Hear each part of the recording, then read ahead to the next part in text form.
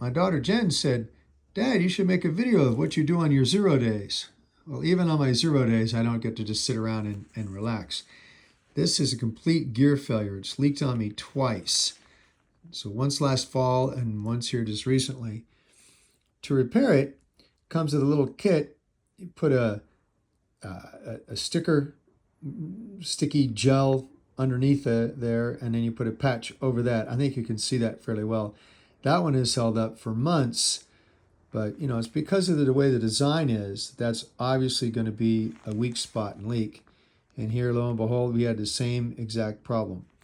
So to fix it, you use a Tear Aid patch type A, which apparently, I don't know, I've never seen them in REI or what have you, but it comes with the sleeving mat. You wipe it off with alcohol, and then you tear off the 2-part patch and you put it on there. So let's hope that fixes it, because I'm out of patches. So what else do I get to do on my 0 day?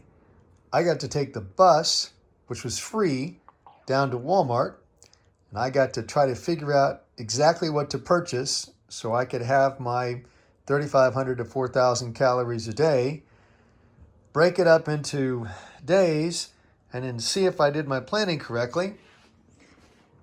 I'm going to end up with 2 peanut butter cracker packs, some electrolytes, and some coffees. Not too bad.